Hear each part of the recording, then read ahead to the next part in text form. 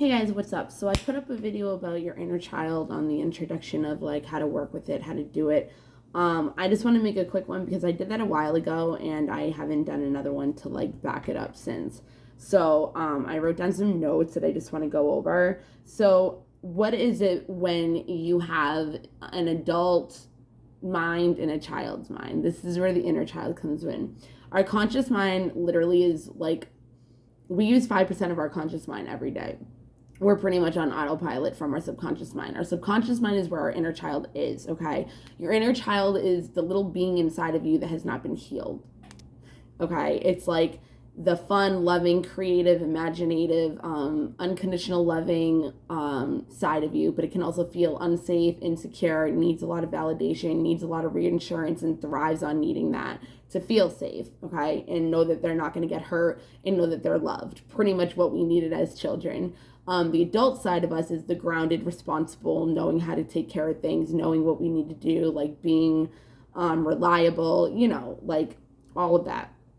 So when we have the inner child within us that isn't healed yet, that means that like you can help yourself by healing yourself by looking at every aspect of who you are now and where it came from. So if there's a trigger that comes up and you're like feeling insecure about something, or you're feeling unsafe, or you feel scared, or anything like that, then you got to ask yourself, like, where is this coming from? Is this mine? Is like, why am I feeling like this? And your subconscious mind is your inner child. So it's kind of like your inner child is going to talk back to you and be like, bam, this is why. Because we don't remember everything that would happen to us when we were kids, you know what I mean? But our subconscious mind does, and that's where our inner child lives. So pretty much inner child work is very, very, very, very very important, because it helps you with your sacral chakra, your solar plexus, your root chakra. It helps you with all your chakras with alignment. Your root chakra is your stability, your security, your safety, and if we have an imbalance, or it's not healed, or it's not whatever, then we're going to rely on other people outside of us in order to feel that stability. And you can't do that. You can't rely on anybody for your own security and your own stability. You have to build that foundation for yourself regardless. You can't do it. You can't rely on somebody else for it. Sacral chakra is about emotions, our relationships, our sexual life, and all of that. So with the inner child, our emotions, if they're not regulated and we use the same habits and the same cycles and the same old coping mechanisms that worked for us as a kid, they're not going to work for us as an adult anymore. So those are the things that need to be healed within the sacral chakra. Solar plexus can be yourself. It is your self-esteem, your confidence level, your who you feel like you are, like your identity in a way. So as a child, if you don't know who you are, if you never really figured out what you want to be, how you want to have your personality, the person in your reality, how you want to be and present yourself into the world, it's going to be harder to be able to find yourself and be able to make your own decisions, your own choices, and go the right way. Because again, with your root chakra, I've learned this about myself, about being very indecisive. You know which way is good. You know which one is good, and you know which one is bad in one direction. You know what I mean? There's never like, I have to pick between two bad things. Like, I mean, there is. But when it comes to, oh my God, should I date this person? Should I not date this person? If you know this person is toxic and you're even asking yourself that, then maybe you shouldn't. But there could be all these other reasons why you wouldn't, and it's not just because of the toxicity. You do the pros and cons. But as children, I realized I was led to bad decisions. Like, it was out of my control. But now as an adult, it's in my control. But as a child, I was led to toxicity and bad situations and put in that, and it wasn't my decision. So now when we have a bad path to go down to that we know isn't right for us, and we have a good path that's moving forward, and it's going to help us in our future, it's very hard to be in. People that don't understand this are going to be like it's obvious you do that. Yeah, but when you're so used to chaos and that's what you attract, sometimes you go to the familiar, you go to the comfortable. That's your comfort zone, and it's crazy to say, but it's so true. So that's your solar plexus that does that. Your heart is your heart. You rely on other people. You don't have unconditional love for yourself. You look for conditions and external reasons to love others and put your love in other people, because if you can't love yourself, then you want to do it for other people because you have love within inside of you, but not for yourself. So you love everything else. So the heart chakra, if it's not balanced, you have to learn how to love yourself. You need to learn how to give to yourself. You need to learn how to not abandon yourself and your needs, because that's where we're still going to have... I'm going to come see you in a second. Please stop. I'll see you in a second. Stop. Thank you. I'll come see you. Anyways, your heart chakra, I'll see you too, and I'll see you guys too. Your heart chakra is what holds the love in for yourself and others, but it's the unconditional love for you. If you have the heart, love conquers all. It really does. It's one of those cliche things, but if you can put love in every situation, especially when it comes to loving yourself, those will help with your decisions as well and not be so indecisive. So I'm pretty sure you can understand what the heart chakra, has to do with. Your throat chakra is all about you. It's how you express yourself. It's who you want to be. It's boundaries. It's talking about what you want, putting yourself out there, communicating your needs, your emotions. It's not holding anything in. It's being your authentic self. It's who you are. It's what you think. It's what you say. It's how you feel. But you got to express it. And that's you. That's all of the things that you have ever been in your entire life that have came to who you are now. And these are all inner children. We separate from our adult to our adult, because we are children, from 3 to 4 or 6 to 7, from 2 years old to 9 years old. We're a sponge to information. So our conditions are how we go by our cycles, how we look at things, how we are brought up. And you have to break those cycles for your own children, or it's just going to be the same shit that you went through in your childhood. I wanted better for my kid. So I changed all the cycles. I looked at everything that didn't work out for me when I was a kid, and I changed that for him. So when he has children, I know that I was the legacy that started our whole entire family off differently. And I don't need that recognition, but for him and my grandchildren and my great-grandchildren and my great-great-grandchildren that I probably won't meet, but that'd be awesome if I did, you know what I mean? So, throat chakra. Pineal gland, your third eye, is your intuition. If that is off, again, in decisions and not doing the right thing and thinking that fear is intuition when it's really not, and your intuition is telling you all that. When you're disconnected from your crown chakra, that's your spirituality. That's your source. That's your connection with the divine. Okay? And once your chakra system can't really be aligned. Your crown chakra can't be aligned unless everything else is aligned and balanced. So you can be connected to the most high God of unconditional love. As children, we understand unconditional love, but not for ourselves, because we don't get unconditional love from our parents. Or we do, but other external things like our grandparents or school or our friends and getting bullied, that shows us not being loved. And that's where needing validation, needing reassurance, needing to know that we're loved and we're insecure about that. That's our inner child. So when you feel these things come up and you're good enough, you need to know that too. You need to know that you're good enough for love. It is safe to love. Don't be codependent on a person though for love. That's what we did when we were kids.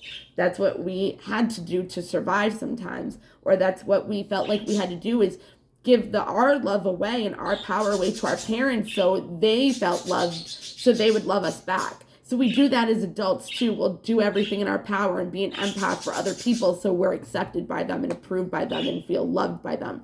But if you're in a narcissistic relationship or something like that, it doesn't work out that way. We might want to think that it does, but it doesn't. So I'm just going to leave it off this here. I have other information to talk about, but right now, just to start off, a 10-minute video is good enough for me. It should be good enough for you, and we can... And they're going crazy because they want me. Look. Oh, now you're not going to do anything? Look at them. Oh. No more, huh? No more? Yeah, so this is pretty much how all my animals are. They got the pictures on them and they're like... I'll see you guys later. I love you. Mwah. We're going to do a lot of inner child work because it's pretty much reprogramming your whole entire subconscious mind.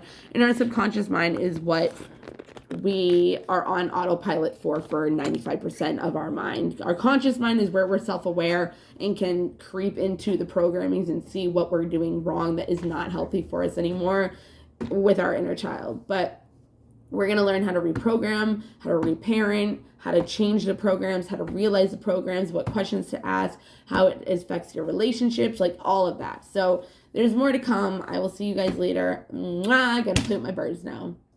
And my dog. And my geckos. And my friend. I gotta play with my friend. Yeah. But no, that's my inner child. I'm having a friend over. We're gonna watch a movie. Like, that's my inner child. You get it? Like, you have to have fun. You can't be serious all the time. If you're serious all the time, that apparently meant that you had to grow up quickly. Have fun. Have imagination. Do crafts. Go play Skip It. Go play with Barbies. Play with your kids.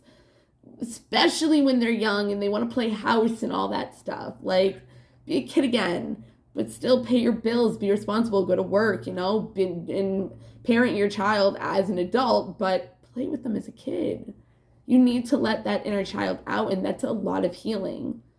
It is. And the more you can feel good within your own skin and good within yourself and not have to have that validation from external resources, you're healing a lot. Look to God, look to the universe. There is always somebody or something out there that is looking out for you and has your back. The universe has your back at all times. Never forget that. If you ask your father, not your earthly father, your godly father, ask him for the things you want. Be patient for what it is you want. Know that there's already a yes coming. Don't ask a million times for it because then it pisses off your regular parents, right? Like, think about it when you were a kid. This is literally healing for your inner child when it comes to, like, God and stuff like that. Your earthly dad might have not have been that good. Maybe he was. Maybe he was amazing, but some of us don't have that. We were taught not to have emotions. It was hard to ask for help. It was hard to ask for what we needed and our needs because we could have been denied as children. So it's hard. I had to learn and learn how to be okay with asking for my desires and not being unapologetic for what I wanted. So say I wanted a certain person and, it wasn't going the way I wanted. It's like, do you still want that? Yes, I do. Are you going to be unapologetic, whatever, for it? Like, see, like, that's my inner child, like, whatever. Like, I guess, like, instead of being like, oh my God, I can't believe I can't say that, I'm so dumb. Like, no, like, be playful about it. I laugh at my dumbness all the time, like, rather than be embarrassed and feel like somebody's gonna judge me. Like, no, I'll smack my head on my car door and I'll just be like, okay, like, let's go about my day and see if I hit my head again. Like, why get mad? Like, I don't have road rage. I'm just like, go ahead, you're not gonna piss my day off. Like, piss my day off, right? No, piss me off, ruin my day. Whatever. Anyways, I don't remember what I was saying. Oh yeah, it's hard for us to ask for what we want. So it's like, when I was asking, I want a loving relationship, I want this, you don't get it until your character is built and you're ready for it. If you're not ready for it, God's not going to give it to you.